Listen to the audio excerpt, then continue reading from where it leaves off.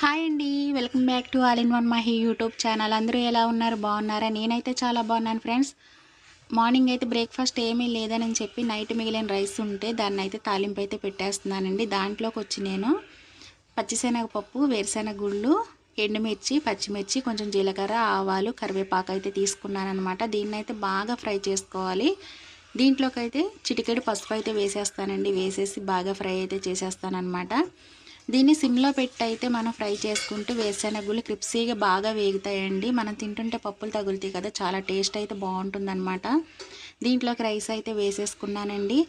తగినంత సాల్ట్ అయితే వేసేసుకొని ఒక్క నిమ్మ చెక్క పిండుకుంటానమాట. టేస్ట్ అయితే చాలా బాగుంటుందండి.